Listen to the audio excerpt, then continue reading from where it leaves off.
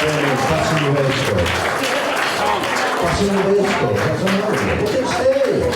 You're a limp. Look like a tramp or something. First of all, I'd like to apologise that I can't fasten my waistcoat. If someone would listen to sizes and advise sizes, then maybe. Pants just about fit. Jacket's okay. That's good. Well, maybe. Anyway.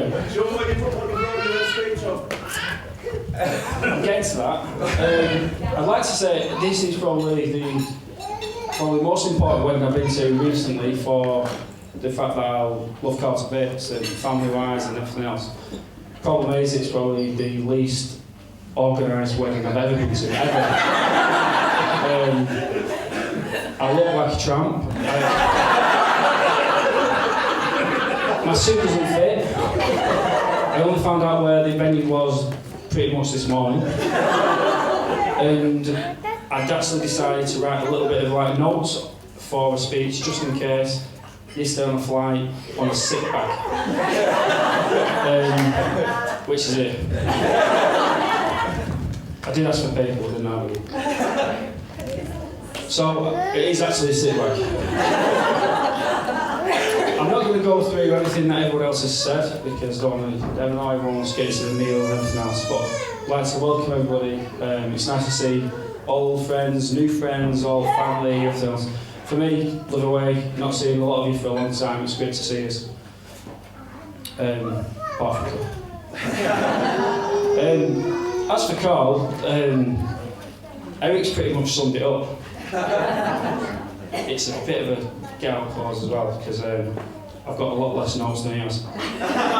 But I've Carlton Bits, not seen him much in the past few years as I really wanted, to be honest. But he's always Carl. Carl's Carl. You can't get away from Carl being Carl. It's sometimes annoying for being Carl, because he's always happy and he's always like, Carl. It's like that, so.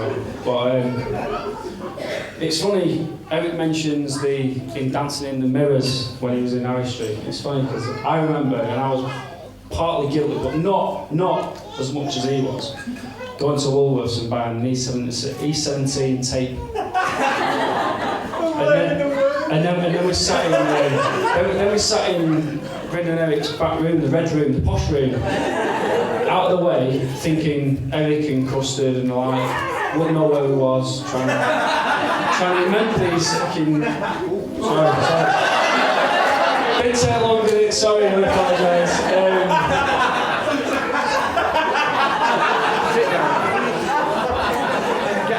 So, didn't take long. So I sat there trying to pretend we was equal tall wanky one anyway. So anyway, another kind of little story was I went on holiday when I was 16 with Carl and Brendan and Eric, and it went well.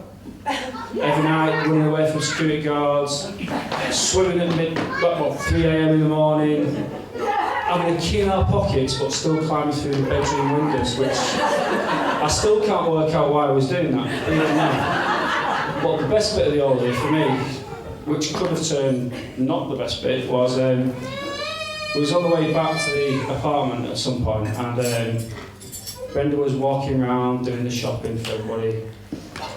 Carl loves shopping.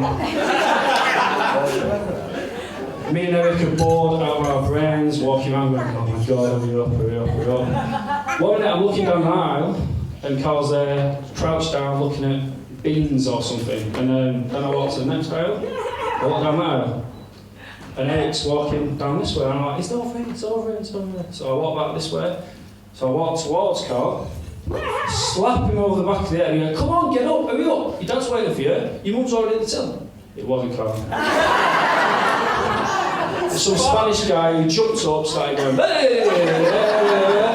At the same time, Carl popped around the corner and saw it, Eric, and I'm thinking, oh. So, that's the kind of thing Carl does with us.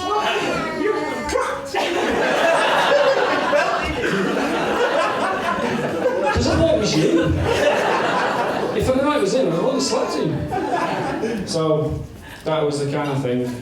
What with Carl was all about. At school, going over what Eric was saying, maths classes was brilliant. When me and Carl did maths class together, it was amazing, to be honest. It's like, as soon as you get into any kind of equation, even if you're asking now, the books went from this side of the classroom to that side of the classroom. Do you actually understand maths yet? No. I'm pretty good now, you know. Yeah. Really? That's Yeah. a fair share of his degree. In maths? In maths. Jesus. They did say that they're lowering all the expectations for any kind of English degree, so. And then there's lots of other different stories, I'm not going to go into it. Eric was pretty much laid the bears of what Carl's like and what everyone else is like, and everyone who's there today. It's been great to see everybody. For Kate, wow. I'll be honest, I've not really met Kate that many times. First time I met her was when she came to Dubai on holiday with Carl. And straight away, it's what everyone says. She's friendly, she's bubbly, she's always happy. And then one of the main things was how well they both get on. As soon as you meet them both, it's like the banter between each other, the little kidding. I know it's all going to change, but that's how it was at the time. And it was good. We went on what they call the brunch in Dubai, and they both got really drunk together. And we carried on with the usual crowd, Greg and Matt, to a karaoke booth, which was a new one for me even in Dubai, which, again, I wish I hadn't bothered going with these. We got there, and it was like a contest between Carl and Kate. So I'm thinking, now Woody's here, it's going to be pretty much a karaoke contest who changes the shitty nappy. Yeah, wow. Can you sing? So, but it was good. I love to meet Kate, love to see Carl. You could see how well they was together. They even had matching sunburn at the end of it. And really, I run out of room, to be honest.